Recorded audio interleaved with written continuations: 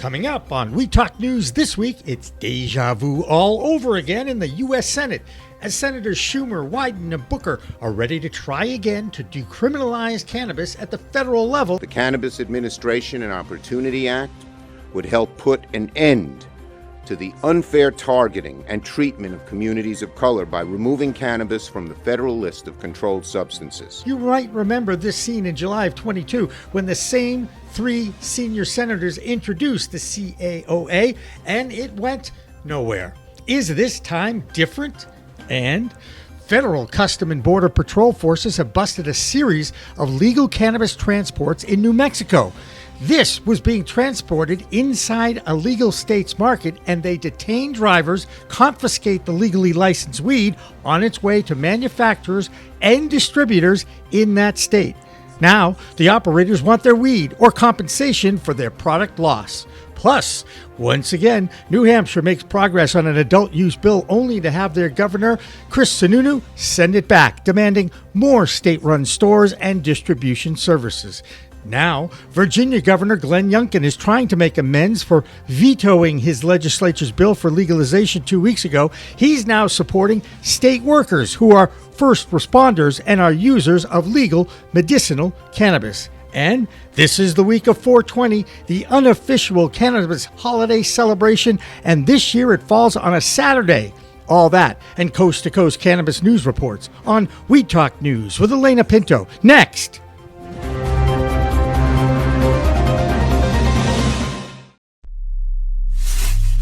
We are Pro Cannabis Media.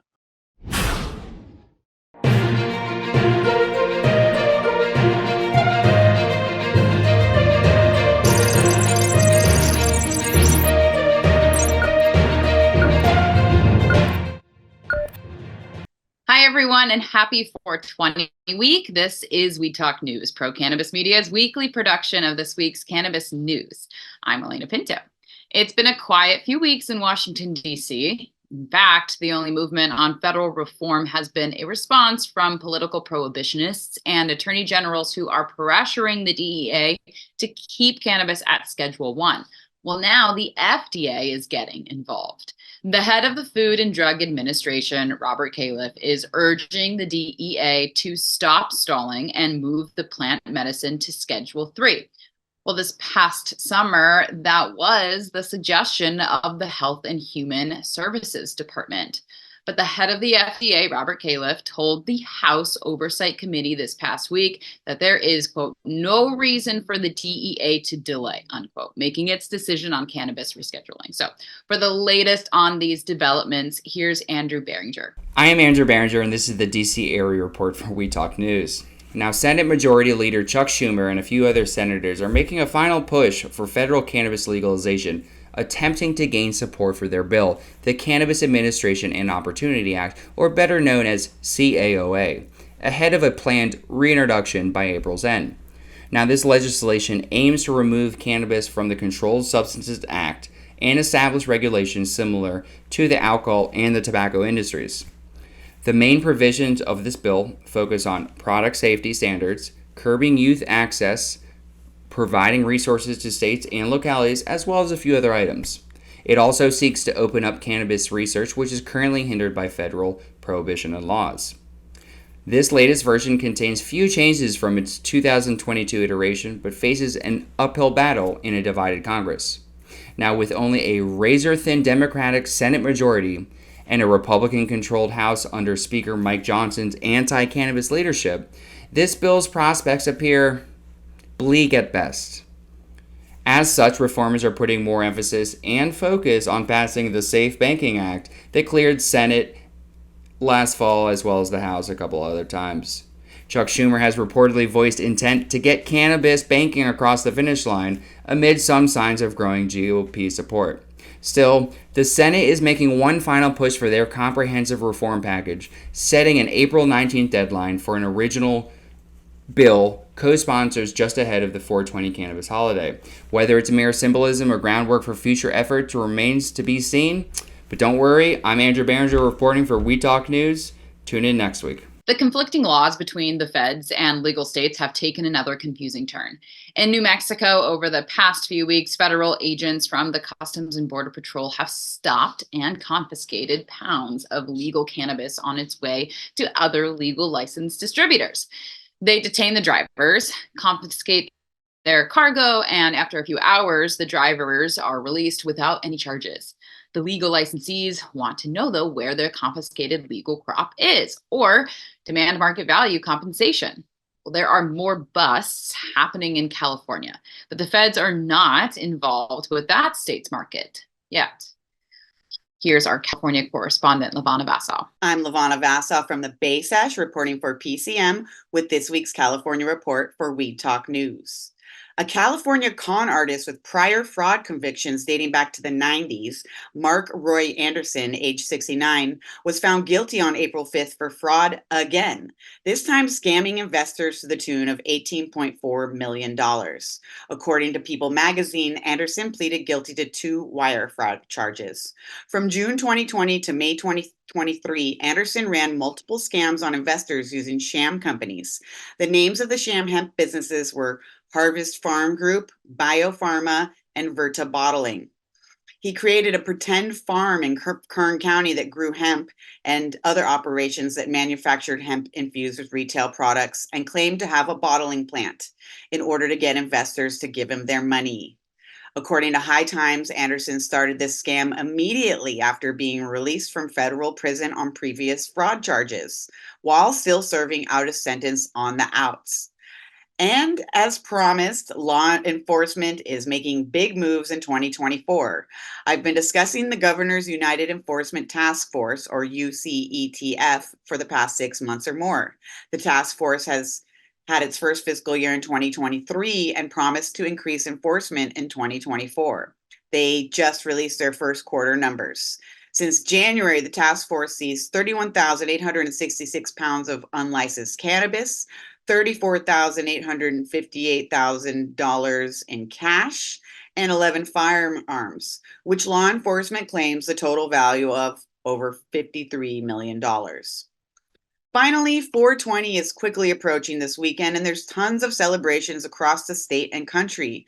I don't have time to go over them now, but I will be making announcements on my Instagram and YouTube channels at the Bay Sesh. I'm Levana Vassau with the Bay Sesh, reporting for PCM, and that was this week's California report for Weed Talk News. Massachusetts isn't the only state bringing suit against the federal government. Now, Rhode Island is getting into the act. A medical marijuana company called MMJ Biopharma Cultivation is suing the Department of Justice and the DEA, saying their rights have been victimized by an unconstitutional proceeding led by an unconstitutional decision maker. The firm's application to manufacture cannabis for research purposes is being stonewalled by both federal organizations. Well, now let's check in on what is going on in Missouri with Brandon Jones. Hey everybody, it's Brandon Jones with B Green Distribution with the Missouri Cannabis Report for Weed Talk News. And a couple cool things that are happening. First of all, courts. What are we going to do? So MoCan Trade, or MoCan Do, one company, was actually denied their application all the way back in 2019. They appealed their decision. They were actually decided they could get back their license. And then they just were told Tuesday, actually, we're just kidding, we're taking it back again.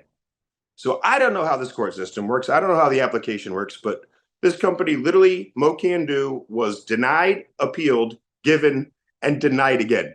So I don't know how this court system is working. Nobody in Missouri really does.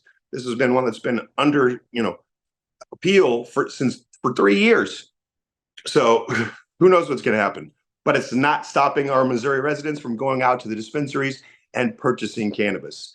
Last month, we broke all the sales record for Missouri in the history of recreational sales. $108.7 million were sold in the state of Missouri. That beat last month 98.3. So almost a little over $20.4 million difference. And it is the largest. And that's right before April. And we all know it's 420, ton of events going on. So get out here, recreational cannabis in Missouri. Brandon Jones with B Green Distribution, the Missouri Cannabis Report for Weed Talks News. Stay medicated and educated. Have a great week. Well, check out this image from Attleboro, Massachusetts, where an SUV crashed through the doors at Sahara, an adult use dispensary there. There were 3 people hurt, including the driver, but none have life-threatening injuries. And that's just one of the stories this week in the Bay State Cannabis Report. Here's PCM founder Jimmy Young. I'm PCM founder Jimmy Young, and this is the Bay State Cannabis Report for Weed Talk News. So you've seen the damage caused to the Sahara dispensary in Attleboro when a 61-year-old driver decided to drive into the dispensary. That's drive into, not drive through. The driver was injured in this crash, as were 2 other adults, one who was outside the store, one who was inside the store. Now, all were hospitalized with non-threatening injuries, and Attleboro police are continuing to investigate the crash. Sahara is still planning on their big second annual Smoked Out 420 Fest at that location over next weekend. Now, it's been a long waiting game for social equity licensees to get a payout from the Cannabis Social Equity Trust Fund that was established 2 years ago and still had not shared any of the state money with applicants. Well, now that is about to change. According to Chris Ferrone's Talking Joints memo, some 50,000 grantees have been contacted by the state that they will be seeing a grant very soon. Now, it's been 2 years since that fund was established, but it took a long time to release them to the businesses that need them the most. These funds are designed to offset some of the operational fees, taxes, overdue bills, and other costs that these dispensaries are responsible for due to a stiff set of regulations and rules. Now, some of the companies that have been informed that they will be getting grant money are Green Flash Delivery, Rolling Relief, and Bada Bloom Cannabis. Last week, we made a mistake in reporting of a lawsuit involving Rev Clinics, the distributor of David Ortiz's line of cannabis, and the others. Now, Rev Clinics issued a statement this week that says the lawsuit referenced in the Worcester Business Journal article relates to one of their small medical dispensaries in Cambridge. The dispute is with their landlord at that location and does not impact their Fitchburg production facility or wholesale operation. There should be no interruption with operations. Well, that will do it for the Bay State Cannabis Report for this week. I'm PCM founder Jimmy Young. In New Hampshire, the House passed another legalization bill, but before it moves on to the Senate, Governor Chris Sununu sent it back to the House to make changes that would solidify his vision of state-run lab stores and distribution centers. At least he has been consistent in his vision of an adult use market in his state from the beginning. It's not so in Virginia. You might remember that 2 weeks ago, Governor Glenn Youngkin dashed the hopes of cannabis supporters in his state when he vetoed an adult use legalization bill handed to him by his legislature. Well, this week he is trying to make up for it by supporting the rights of state employees who are qualified medical marijuana patients. Our man with the Cannabis Connection in Virginia is Joe Parsons. Here he is. I'm Joe Parsons with the Virginia Cannabis Connection, and this is the Virginia Cannabis Report on Weed Talk News. Happy 420 week, everyone. Well, 421 is just a few short days away, and as everyone already knows, I'm going to be representing Pro Cannabis Media at the 3rd Annual Virginia 420 Festival. It all begins on April 18th at the beautiful Misty Mountain Resort in Greenwood, Virginia, and Garrett Farms in Salem, Virginia. There's a lot going to be going on this year at both locations, including classes for cultivation, yoga and relaxation sessions, political speakers, industry ambassadors, and of course, plenty of great bands from the local and national scene, including headlining at Garrett Farms, the Cottonmouth Kings, and headlining for Misty Mountain is Keller Williams. Follow my blog channel, Virginia Cannabis Connection, and subscribe for streaming events at the show. Streams will also be available on Facebook at the Virginia Cannabis Connection Facebook page. Now, if music isn't your only thing, we got you covered there too. April 18th is the 420 Unity Day of Action in Washington, D.C. It's the largest ever bipartisan coalition ever assembled in D.C. and is a chance to get your voices heard loud and clear. Information and sign up is at lastprisonerproject.org. Another awesome event going on for the upcoming holiday is the National 420 Festival, also in D.C. Now, that's going to be held at the RFK Stadium on April 19th and 20th. There will be some awesome performances by the Wu-Tang Clan and Redman, 2 of cannabis' most classics. One of the highlights of the festival is Virginia's very own Chelsea Higgs Wise of the Richmond-based civil rights group Marijuana Justice. She will be the keynote speaker for No Statehood, No Legal Marijuana Market on April 19th, and she'll be joining the DPA for What to Expect and Demand from the Biden administration and Congress this year on April 20th. We in Virginia are very proud of Chelsea and all that she's done and continues to do for all of us in Virginia. So, as you can see, there's lots of choices for the Commonwealth on this 420. Virginia Cannabis Connection and Pro Cannabis Media would like to remind everyone out there to have a safe and responsible holiday weekend. Get a designated driver, know your limits, and remember, always pass to the left. Well, that's all for this week's Virginia Cannabis Report. Happy 420, everyone. Reporting from the Virginia Cannabis Connection and Pro Cannabis Media's We Talk News, I'm Joe Parsons. Until next time, definitely stay lifted.